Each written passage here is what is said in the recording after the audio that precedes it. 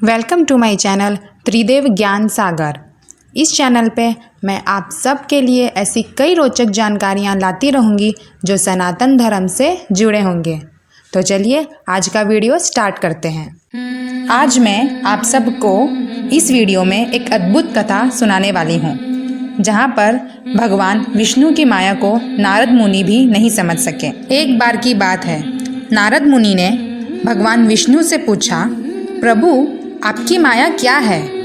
क्योंकि भूलोक पर सभी मनुष्य आपकी माया से प्रेरित होकर दुख और सुख भोगते हैं, लेकिन वास्तव में आपकी माया है क्या? इस पर भगवान विष्णु बोले, नारद, यदि तुम्हें मेरी माया के बारे में जानना है तो तुम्हें मेरे साथ पृथ्वीलोक चलना होगा, जहाँ पे तुम्हें मैं अपनी माया का प्रमाण दे सकूँगा। नारद को अपनी माया दिखाने के लिए विष्णु भगवान उन्हें लेकर पृथ्वीलोक एक विशाल रेगिस्तान पर जा पहुँचे, जहाँ दूर दूर तक कोई मनुष्य या कोई जीव जंतु नहीं दिखाई दे रहा था। नारद जी विष्णु भगवान के पीछे पीछे रेगिस्तान की गर्म रेत को पार करते हुए आगे बढ़ते रहे। चलते चलते नारद जी को मनुष्य की ही भांति गर्मी, भूख, प्यास यह सब का एहसास होने लगा। तभी ही कुछ दूरी पर उन्हें एक छोटी सी नदी दिखाई दी। भगवान विष्णु ने नारद मुनि से कहा, नारद जाओ, तुम मेरे लिए वहाँ से पानी लेकर आओ। नारद उस नदी के तट पर पहुँचते हैं।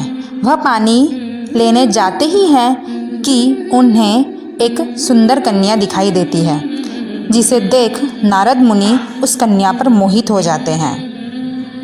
नारद जी पानी लेना छोड़ उस कन्या के पास जाते हैं और उससे पूछते हैं, कन्या, इस वीरान जगह पर आने का कारण क्या है? तब कन्या उन्हें बताती है कि मैं पास ही के नगर की एक राजकुमारी हूँ और कुछ सैनिकों के साथ मैं रास्ता भटक गई हूँ।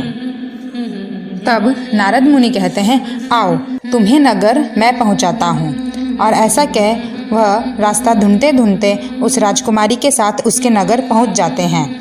तभी राजकुमारी सारी बातें अपने पिता को बताती है और राजा नारद मुनि से प्रसन्न होकर अपनी पुत्री का विवाह उनसे करा देते हैं और सारा राजपाट नारद मुनि को सौंपकर स्वयं सन्यासी बन जाते हैं।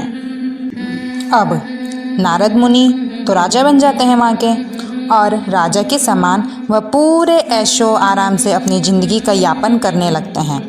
नारद ये सब में तो भूल ही चुके होते हैं कि वह प्रभु के लिए नदी किनारे पानी लेने गए थे और प्रभु को नदी किनारे ही छोड़ आए हैं। अब समय बीतने लगा। समय बीतने के साथ साथ नारद को उस राजकुमारी के साथ 2 संतान भी हुए। नारद मुनि अपने फलते फूलते राज्य और पुत्रों को देख बहुत खुश थे।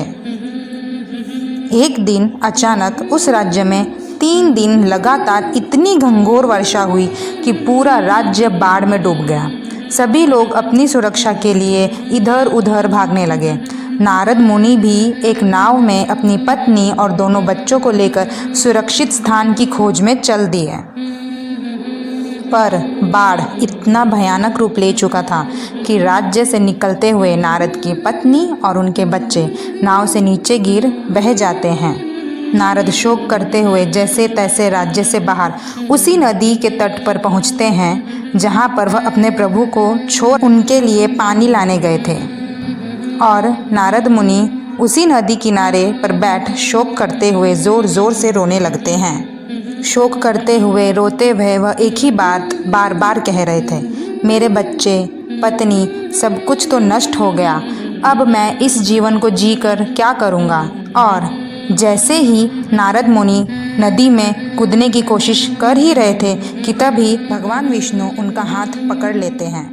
भगवान विष्णु कहते हैं, अरे नारद, मैं तो तुम्हारा यहाँ 2 पल से इंतज़ार कर रहा हूँ। तुम तो मेरे लिए पानी लेने गए थे और यहाँ तुम खुद अकेले बैठे बैठे पानी पी रहे हो।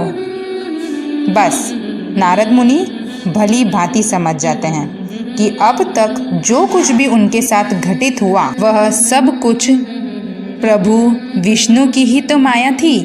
और भगवान से कहते हैं, आप महान हैं प्रभु, आपकी माया कोई नहीं समझ सकता।